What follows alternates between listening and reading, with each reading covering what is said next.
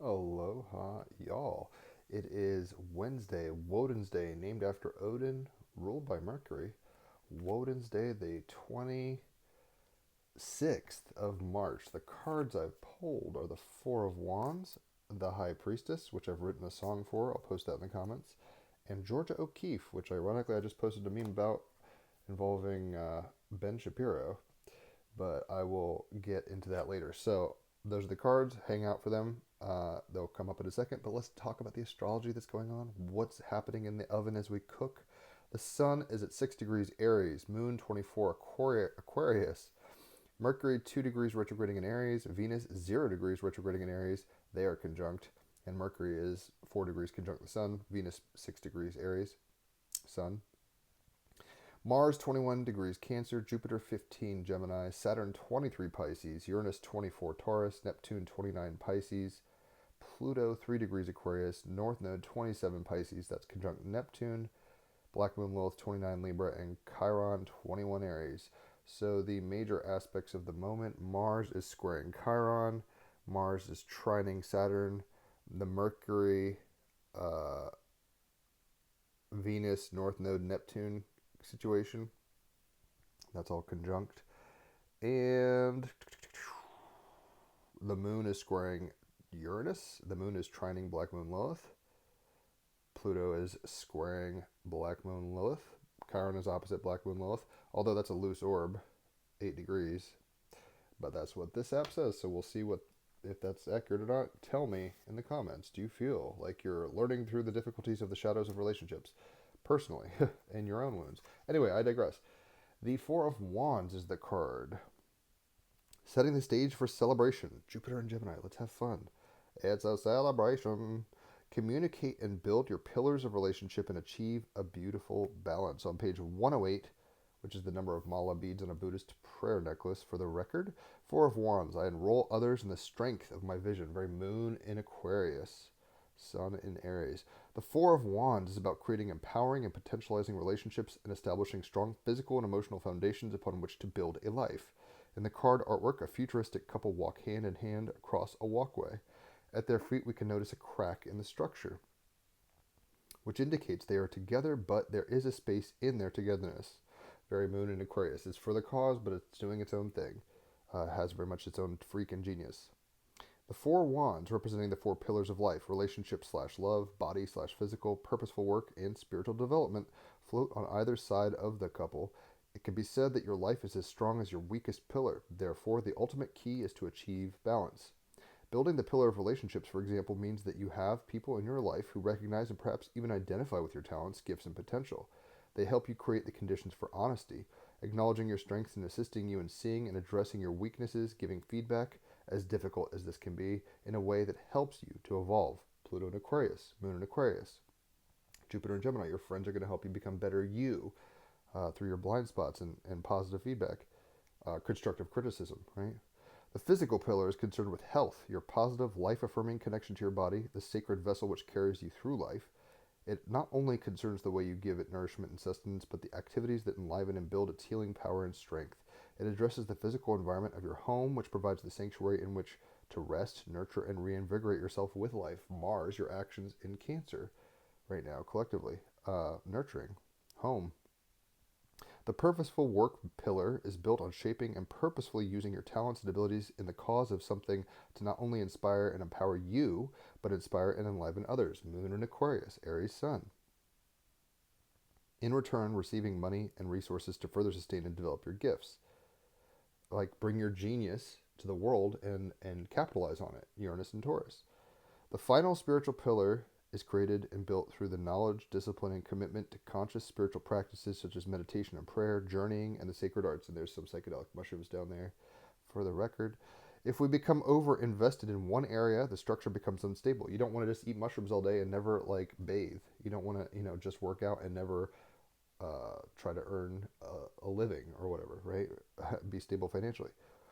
The four pillars can be viewed as the supports of a bridge which leads from the head or mind to the heart. Love, strength, insight, and logic can travel between the head and the heart, creating an open exchange, a unified being. That's why this flower of life is happening behind it. It's like it's a whole, holism. In the artwork, the couple are looking intently at one another, communicating a depth of relationship, commitment, and togetherness.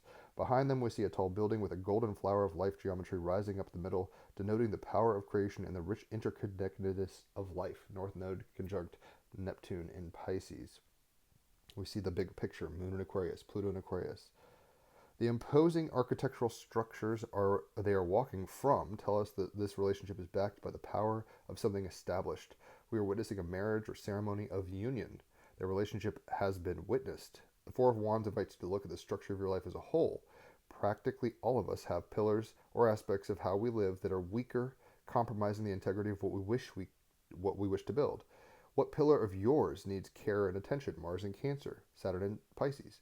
This card points to the possibility of achieving a beautiful balance, steadily working away at each aspect of your life, like engineering, Moon in Aquarius, sharing your experiences with those you love and respect, enrolling others with the vision you have of yourself, inspiring them to live their lives. Set the stage for celebration, communicate and build pillars of relationship, and achieve a beautiful balance. Great card. So the clarifying card is the High Priestess. I've actually written a song, like I said, about this. I can post it in the comments, called Unconscious Awareness. And if you can guess the timestamp where I made a happy accident, like you guys would never know, it was a mistake, but it sounds good and I kept it in there, you get a free tarot reading. So listen for it, and if you put the timestamp for that song, you can get some free cards out of it. So the High Priestess, on page 26, I offer up the mysteries of life. Trust your intuition, listen to your inner guides, understand yourself better, listen to the music of the universe, allow creative ideas to germinate, right? Jupiter and Gemini, Moon in Aquarius, Pluto in Aquarius. We want to see things from a deeper place, but we can really tap into the subconscious awareness of things. Mars in Cancer, Saturn in Pisces, North Node conjunct Neptune in Pisces.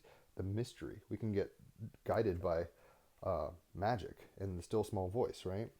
And that still small voice will lead us to a more balanced place as a self in a collective. But we all have little secrets, little hidden things that are good for our upgrading. Wolverine's magic is not the same as Storm, which is not the same as Han Solo, the Millennium Falcon, on my shirt. So the artist we're getting on this Woden's Day is Georgia O'Keeffe. Whoops. And her art is, and commentary, is as follows. Georgia O'Keeffe's contemporaries, influenced by Freud, viewed her flower paintings through a gynecological lens. O'Keeffe still rolls in her grave when you compare her orchid to a vagina, disregarding her aesthetic range. The first woman to have a solo retrospective at New York's MoMA, O'Keeffe remains one of 20th century art's most significant artists, especially for her paintings of magnified desert vegetation. Her turbulent relationship with photographer Alfred Stieglitz resulted in archives of photos of the introverted O'Keeffe, who moved to New Mexico in the second half of her life with the presumed motto of painting, not people, right? So the advice we're getting from Georgia O'Keeffe today is nature can keep a secret, right? Nature, and we are nature, has secrets, has hidden parts, hidden aspects, mystery, capital M, right? High Priestess. But when we reveal those secrets, hopefully constructively to ourselves and others, when we reflect, the part in the whole and go, hey, maybe you should work on your spirituality because all you're doing is Scrooge McDucking and earning money and not being spiritual. Or maybe you're being so spiritual but you don't have any money, right? Like, where can we hold each other accountable and hold ourselves accountable to become the most balanced, highest version of ourselves that we can? It's going to involve unveiling hidden aspects of yourself, the High Priestess. And as we are nature, as within, so without, as above, so below, nature can keep a secret. So your subconscious and the collective unconscious and subconscious has secrets. Like, the mystery can be revealed to the worthy. Only the worthy is the little bit my girlfriend sang in the High Priestess card song, right? But only the worthy can. What is worthiness, right? Like a well-balanced, kind of articulated, moving forward for the revolution kind of thing. Sun in Aries, Moon in Aquarius. But we all have secrets. We all have hidden sides. Let's explore those and then refine them in the fire of the Four of Wands. Because nature, like ourselves, has secrets that can upgrade us. So if you've enjoyed this, leave a tip, holler for a reading. I love giving them. People love getting them. If you tag somebody, friend, family, or a random person, plus 5 points. And like I said, if you can find the timestamp of the song for the High Priestess in this, you'll get a free card reading. So comment what you think the timestamp is. And you can only guess once, right? But whatever. Enjoy that little rabbit hole. Also, check out the Team Rabbit Hole podcast. Speak of the Devil. We just had Molly right on, episode 304. I'll post that in the comments too. So, enjoy your Woden's Day. Adios.